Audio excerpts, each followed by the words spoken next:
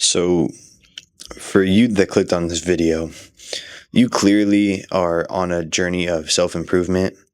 You understand what it means to be disciplined mentally and physically, or maybe you don't, just because we're always learning. There's always a better way. There's always something that's more out there, that's more disciplined, that's healthier, that's pushing yourself harder. You can always make more money. We're always seeking better. We're always seeking improvement. We're always seeking to be 1% better. That's the ultimate goal, right? But this is specifically for my people that are in I'd say top 5% of people, just because the other 95 are within the lustful desires, or even just the worldly desires as a whole, whether it's gambling, smoking, weed, crack, nicotine, cigarettes, drinking alcohol, messing with strippers and hookers, that type of thing, right? Just that extremely secular lifestyle that I would also call just like the devil's lifestyle. So we understand that we cannot be a part of that. And that's the 5%. And between that 5%, it's divided into two pieces. There's the 4% that don't understand what the true meaning of semen retention is. And they seek it, and they're going to eventually be that 1%. And that 1 to 4% ratio is going to change to 2% in the highest state, and then 3% in the figuring it out. So that 1% currently are the people that understand what it means to hold their seed, having God's purpose aligned with holding that seed. What benefits come from holding your seed? There's an infinite amount of benefits that I would like to share for my personal self. This isn't, this isn't me convincing you, hop on semen retention. This is just me sharing my experience with what I've encountered in my life just from holding my seed for over 150 days. So let's hop into it. So how did I find out about semen retention? Very, very simple. My most simple answer is me seeking the truth. I was seeking the truth in religion, seeking the truth in why I should have a woman in my life, why I should be rich, why I should be a fit male. I mean, as you can tell, I'm a pretty fit guy. I'm in pretty good shape.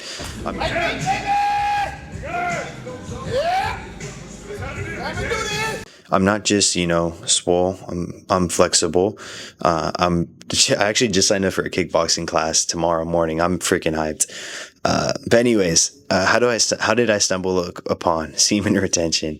Like I said, seeking the truth, seeking the truth of what it means to be mindful and seeking God. I went through astrology. I went through numerology. I went through meditation, astral projection, different tools and facets of religion, and so many different things. And what I came back to realize is that I had, some Catholic faith in my life. This isn't me converting you into, being a Catholic, but just the values of being a Catholic, God's values specifically, has really helped me, helped guide my journey a lot easier than if I were to just do it on my own. There's people out there that are just like, it's only been me since day one. I've done it by myself. I don't want to discredit those people because from my personal point of view, I think it's bullshit. I believe that you should acknowledge God, especially because He's always watching over us, and people don't give the credit to God sometimes. And that's where people learn their lesson down the line of, I should have glorified God. And usually that results in people not building their business or building their relationships from the foundation of Christ or the foundation of God's overseeing, if that makes sense. Now, backtracking to my previous thought of, starting semen retention, I just really felt like shit as soon as I released my nut. Like, I had been whacking off probably for, I remember my freshman year of high school, I was on the basketball team, and, you know, and just all these things that have built up upon my high school years. Like, I realized, or I didn't really realize why I was struggling so much, but that's because I was fucking busting a nut every single day. You know, I had a 3.7 GPA, nothing crazy, right? I mean, I didn't take any honors classes or AP classes, none of that stuff. Like, I wouldn't say I was a low achieving student because I ended with a 3.7 coming out of high school. That's just that the D and the C I got were just because I was battling with teachers, like some certain teachers. But anyways, it really came down to my energy level. And I was an athlete too. Like, thank goodness I was in sports. I didn't get bullied into going into cross country, but I was definitely bullied as a kid because I was a little bit chunky, and I wanted to be skinny. I wanted to be the good looking guy. I wanted to get the girls, right? So I joined cross country, and I wonder why I wasn't like, this just all falls back on me not being a top achiever, like just being an achiever in life. I was just short, you know. And just looking back, if I would have held my seed and really understood what it meant to hold back my nut, right? It sounds so funny saying that now, but it's serious at the same time. If I realized that, like, holding my nut would basically make me a better version of myself, a more physically disciplined version of myself, a more just mentally fit version of myself, I would be able to achieve a lot more, because I wouldn't have the brain fog. I mean, dude, you guys know what it feels like to bust a nut and having the day after post nut clarity, you know. It's a numbing feeling. That's the first word that comes to my mind when you beat off. It's a numbing feeling. You get numbed. You literally take this battery that's inside of you, and it's just like taking an actual battery, taking a bite of it, and just draining the battery juice. I don't know if that's how batteries work, but I'm just assuming there's juice inside of the batteries. I might sound like a dumbass, but just envision that. There's juice inside of the batteries, and you're literally just dumping the energy out of that battery, and you're just hoping the energy will just replenish. It doesn't work that way. We need to hold it within ourselves. And which gets me to the point of my next step in my semen retention journey is, I forget who exactly it was that I learned from, but they said that it was on YouTube. I was watching videos on semen retention. I know there's a YouTuber, and I'm going to find it because I want you guys to watch it just to hear what I learned and just to walk you through my process a little bit more. They said that our seed, our semen, is our creative energy. And I was like, that doesn't really make sense. Like at first I needed some more explanation.